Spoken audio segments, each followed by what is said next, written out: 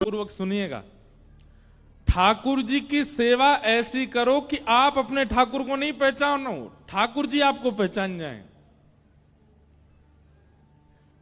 आप अपने ठाकुर को कभी नहीं पहचान सकते, ठाकुर ही आपको पहचानते हैं। और वो तभी पहचानेंगे जब आप उनके प्रति चैतन्य भाव रखोगे।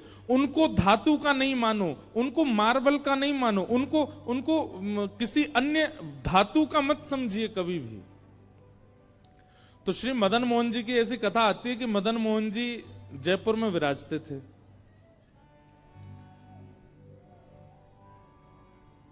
और वहां के राजा जो थे उनकी बेटी मदन मोहन जी की सेवा करती थी। तो पुत्री का जब विवाह निश्चित हुआ, बहुत ध्यानपूर्वक सुनिएगा, पुत्री का जब विवाह निश्चित हुआ तो बेटी ने अपने पिता से कहा, बोले पिताजी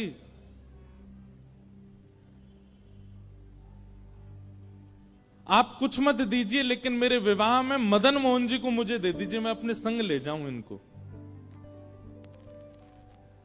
तो पिता थोड़े से व्याकुल हो गए, बोले बिटिया तू कुछ भी मांग ले, मदन मोहन जी को मत लेके जा। बेटी ने कहा, बोले कि और कुछ नहीं चाहिए, केवल मदन मोहन जी चाहिए, मैंने इनकी बड़ी सेवा की बचपन से, आप केवल इनको मुझे दे दीजिए। तो पिता और पुत्री दोनों ही सेवा के इतने लोभी थे। देखो, लोभ संसार में हो तो बुरा, सेवाओं में तो बुरा नहीं। मैं तो कथाओं में कहा करता हूं कि जितने भी अवगुण है ना, वो अवगुण बुरे कब बन जाते हैं, जब वो संसार में होते हैं। क्रोध बुरा कब, जब संसार में। अगर ठाकुर जी के प्रति कभी कभी मीठा क्रोध हो तो बुरा नहीं होता। लोभ बुरा कब है, जब संसार में। लेकिन वही लोभ भक्ति में हो, कथा में हो, नाम जप में हो तो बुरा नहीं है।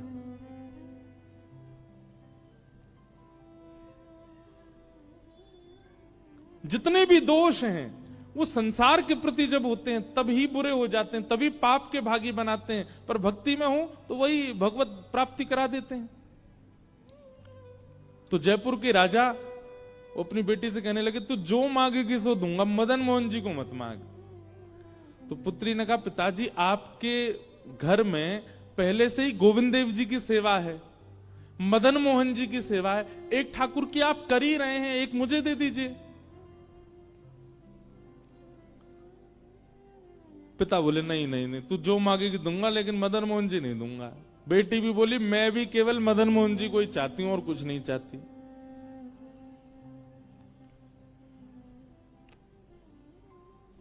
पिता ने कहा, चल ठीक है, एक काम करते हैं। बोले क्या? मैं तेरे सामने 5 मूर्तियां रखूंगा और तेरी आंखों पे पट्टी बांधूंगा। अगर स्पर्श करके तूने बता दिया कि मदन मोहन जी कौन से हैं, तो मदन मोहन जी को तू ले जाइयो। और स्पर्श करके भी अगर तू नहीं बता पाई तो फिर मदन मोहन जी मेरे पास ही रहेंगे। लेकिन उस पुत्री को पूरा भरोसा था कि मैं पहचान जाऊंगी मदन मोहन जी कौन से। राजा ने 5 स्वरूप तैयार करवाए, एक जैसी कदकाठी, एक जैसा इत्र, एक जैसी पोशाक, एक जैसी माला, एक जैसी पगड़ी, एक जैसे अलंकार, एक जैसी वंशी, बिल्कुल सब कुछ एक जैसा। कोई व्यक्ति पहचान ही नहीं पाएगा कि इनमें मदन मोहन जी कौन से हैं। 5 एक जैसे।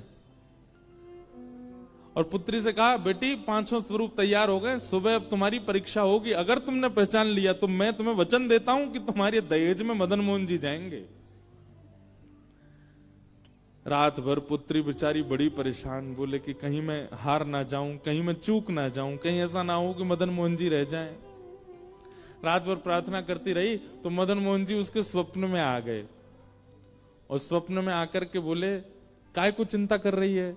बोले, मैं ये चिंता कर रही हूं कि ये 5 पिताजी ने एक जैसे बनवाए, मैं कैसे पहचानूंगी आप कौन से हो? मदन मोहन जी बोले, तू बिल्कुल चिंता मत कर, स्वप्न में बोल रहे हैं उसको। मदन मोहन जी बोले, तू जब 5 का स्वरूप देख रही हो, सब लोग इधर देखो, और विशेष रूप से आगे वालों से हमारी बहुत विनती है, बहुत सावधानी से सुनो। पीछे वाले बिल्कुल सावधानी से बैठे, आगे वाले भी बैठो। तो मदन मोहन जी स्वप्न में बोले, एक काम कर, बोले क्या? कल जब पांचों को तू देखे ना, तो मुख देखने के बाद, वक्ष देखने के बाद, चरण देखने के बाद, जो ऐसे भुजा होती है ना वंशी बजाने वाली, त्रिभंग ललित स्वरूप है, उन भुजाओं के ऊपर हाथ फेरियो। और बोले देखते देखते जिस स्वरूप की उंगली खड़ी हो जाए, समझ जाना वही मैं हूं। और तू पिता को बता दियो कि ये रहे मदन मोहन जी। ठाकुर जी ने क्या कहा? जिस स्वरूप की उंगली ऐसे खड़ी हो जाए तेरे स्पर्श से, तू बस पकड़ करके बोल दो पिताजी यही मदन मोहन, वो मैं ही हूंगा। अब देखो इस कथा में क्या है कि भक्त ठाकुर जी को नहीं पहचान रहा है, ठाकुर जी भक्त को पहचानेंगे। ठाकुर जी भक्त के पास रहना चाहते हैं। सोचो, विचार करो कि उस राजा की पुत्री की भक्ति कैसे होगी कि ठाकुर जी अपने जड़ स्वरूप में उंगली खड़ी कर देंगे। इसका मतलब क्या है? ठाकुर जी जड़ हैं नहीं, ठाकुर जी चैतन्य ही है।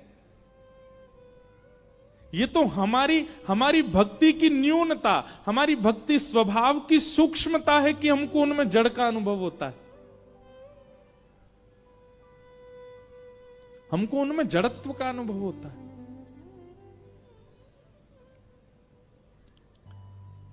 दूसरे दिन सब लोग ऐसे बैठे थे, पूरी भीड़, और 5 स्वरूप मंच पर रखे गए, और पुत्री की आंख में पहले रुई लगा दी, फिर पट्टियां बांधी, बिल्कुल कहीं से दिख ना जाए। और ऐसी स्थिति में उसको ले गए मंच पर, जाओ चलो ढूंढो कौन से हैं ठाकुर जी। पहले स्वरूप को देखे, रूप एक जैसा, हाथ एक जैसे, पैर सब कुछ एक जैसा। स्पर्श करते करते जैसी उसने वास्तविक मदन मोहन जी को छुआ, सोई मदन मोहन जी ने अपनी उंगली उठा दी, और जैसी उंगली का स्पर्श किया उसने कहा पिताजी ये हैं मदन मोहन लाल जी। राजा ने मदन मोहन जी को प्रणाम नहीं किया, अपनी पुत्री को प्रणाम किया। बोले बेटी तूने नहीं पहचाना है, उन्होंने पहचाना है तुझे। तेरा स्पर्श होते ही मैंने देख लिया था कि उन्होंने अपनी उंगली हिलाई थी, अपनी उंगली खड़ी की थी। इसका मतलब तू नहीं ले जाना चाहती है उनको, वो जाना चाहते हैं तेरे साथ में। तू ले जाना चाहती तो मैं नहीं देता, लेकिन वो जाना चाहते हैं इसलिए मैं नहीं रोकूंगा। और अपनी पुत्री का विवाह करके एक पालकी में पुत्री बैठ करके गई, और दूसरे रथ में महाराज दहेज में ठाकुर जी मदन मोहन जी कहां गए? करौली, राजस्थान। राजस्थान में करौली, जहां आज भी मदन मोहन जी विराजते। ठाकुर जी दहेज में आए। ऐसी भक्ति कब प्रकट होती है? जब ठाकुर जी के प्रति चैतन्य भाव हो। अभी मैं कुछ दिन पहले एक न्यूज देख रहा था, एक माता जी कह रही थी कुंभ में मेरे ठाकुर जी खो गए। मैंने कहा भैया बेटा खो जाते, भैया खो जाते, माता पिता खो जाते, ठाकुर जी खो गए कुंभ में? ठाकुर जी खो गए, उनके सेवा के ठाकुर जी। अब वो कह रही थी न्यूज चैनलों पे सब जगह मेरे ठाकुर जी कहीं मिल जाए तो बताना। हम उन मां के प्रति संवेदना व्यक्त करते हैं, लेकिन एक बात हम यह भी स्पष्ट करते हैं कि यदि सेवक ने भाव से सेवा की होगी, सेवक ने बहुत प्रेम दुलार लाड़ किया होगा, तो ठाकुर जी स्वयं आ जाएंगे। ठाकुर जी जा नहीं सकते। हमारी बात को आप कहीं लिख लीजिएगा, ठाकुर जी जड़ इसलिए हैं, मुझे और आपको चुनौती दे रहे हैं ठाकुर जी। बोले तेरी भक्ति में सामर्थ हो, तुझ में सामर्थ हो, तो तू मुझे चैतन्य बना के दिखा। मैं कथा में कहा करता हूं, एक खेल खेलते थे हम बचपन में। सब लोग इधर देखो, एक खेल खेलते थे, पता नहीं आपके झारखंड में खेलते हैं कि नहीं बच्चे। आजकल तो फोन आ गए ना, तो बच्चों ने फिजिकल गेम्स खेलना बंद कर दिया, लेकिन बचपन में हम एक गेम खेलते थे, बर्फ पानी। खेला है? उसी का एक दूसरा रूप होता है विष अमृत। बहुत बढ़िया बढ़िया खेल हैं ये। उसमें क्या होता था कि एक व्यक्ति जो है वो सबको छूता है, और दौड़ करके जिसको छू लेता है वो फिर बर्फ बन जाता है। अब बाकी के लोग जो हैं वो उसके चारों तरफ घूमते रहते हैं, वो उसको पानी बनाने का प्रयास करते, वो जाके जैसे उसको खींचते हैं तो वो पानी बन जाता है। अब देखो, जिस समय वो व्यक्ति बर्फ पानी जब बच्चे खेलते हैं तो उसमें जब बर्फ बनता है, क्या वो सच में बर्फ है? क्या वो सच में एक स्थूल व्यक्ति है? नहीं, वो चैतन्य है, लेकिन एक खेल के रूप में वो अपने आप को स्टैच्यू मान लेता है, अपने आप को बर्फ मान, फिर जिस आकृति में होता है वैसे ही रह जाता है। एक और खेल खेलते थे उसमें ऐसा बोलना, मतलब 10 तक गिनती गिनो, पीछे सारे बच्चे जो हैं वो ऊट पटांग हरकत करते रहेंगे, और 10 बोलते ही जितने भी बच्चे उन सबको एक स्टैच्यू बनना पड़ता है। कोई बच्चा ऐसे हो जाता है, कोई ऐसे हो जाता है, कोई कुछ कुछ, फिर वो आकर के सबके पास आके सबको हंसाने का प्रयास करता है ना। पता नहीं आप लोगों ने खेला है कि नहीं, हमने खूब खेले, ये सब खेले हैं। तो फिर वो उसको नियम होता है, तुम छुओगे नहीं किसी को, लेकिन बातें बोल के उसके पास उसको, अगर तुमने उसको हंसा दिया, अगर उसके हाथ पांव सीधे कर दिए तो तुम्हारी जीत हो जाती है। ठीक वैसे ही ठाकुर जी ऐसे खड़े, और हम आप सब लोगों को अधिकार मिला है कि हमें ठाकुर जी को हंसाना है, हमें ठाकुर जी को बिठाना है, हमें ठाकुर जी को सुलाना है, हमें ठाकुर जी को गोद में लेना है, और उस खेल में विजय प्राप्त करने के लिए ही ये भागवत की कथा सुनाई जा रही है कि ठाकुर जी को कैसे हंसाओगे, कैसे बिठाओगे, कैसे नचाओगे, कैसे गोद में लोगे, वो सारी क्रियाएं बताई जाती हैं कथा में। ये खेल है, उसी खेल की पूर्णता बताई जा रही है यहां पर।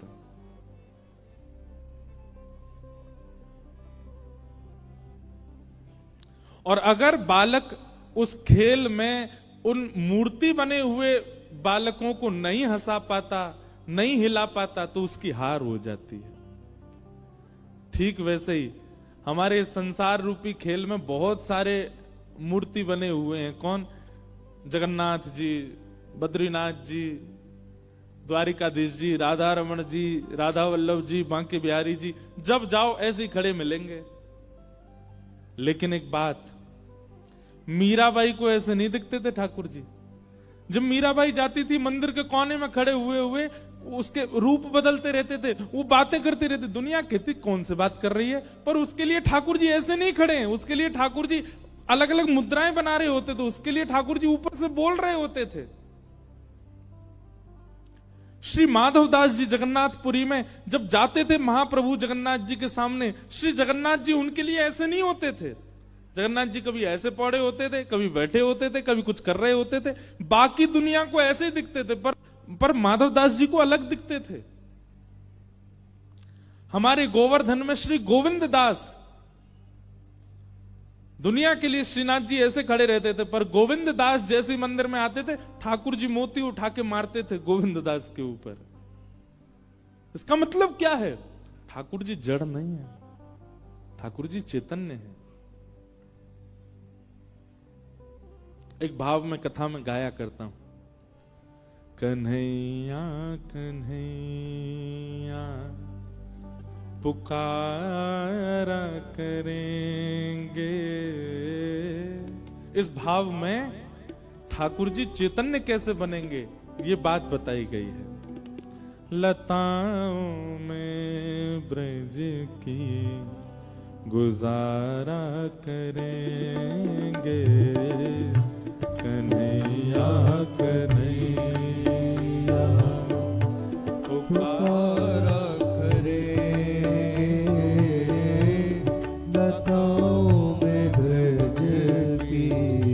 ताली बजा के गाओ, गुजारा करेंगे। ओ कन्हैया कन्हैया पुकारा करेंगे, लताओं में ब्रज के गुजारा करेंगे। कन्हैया कन्हैया पुकारा करेंगे, लताओं में ब्रज की गुजारा करेंगे। ओ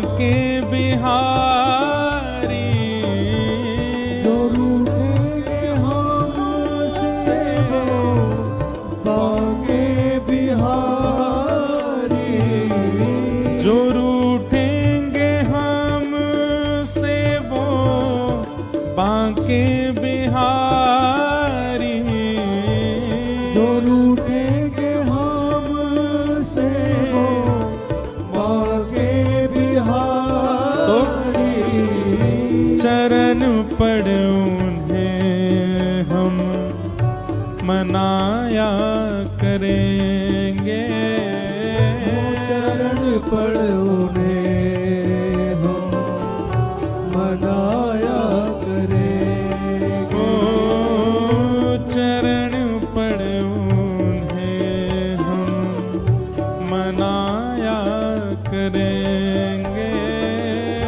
चरण पड़ उन्हें हम मनाया गाइए। करेंगे, कन्हैया कन्हैया पुकारा करेंगे, लताओं में ब्रज की गुजारा करेंगे, कन्हैया कन्हैया पुकारा करेंगे, लताओं में ब्रज की गुजारा करेंगे। श्री राधा रमण लाल की जय।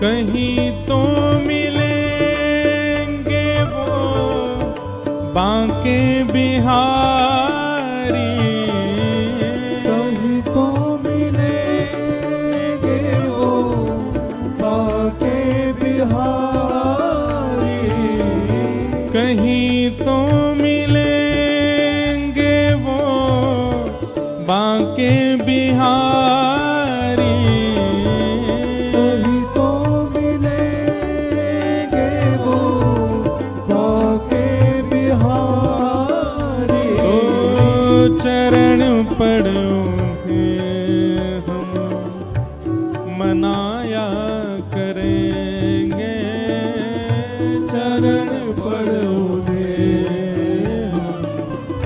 मनाया करेंगे, हाँ चरण पड़ोगे हम मनाया करेंगे, चरण पड़ोगे मनाया करेंगे, कन्हैया कन्हैया पुकारा करेंगे, लताओं में ब्रज की गुजारा करेंगे, कन्हैया कन्हैया पुकारा करेंगे, लताओं में ब्रज की गुजारा करेंगे, ओ कन्हैया कन्हैया पुकारा करेंगे,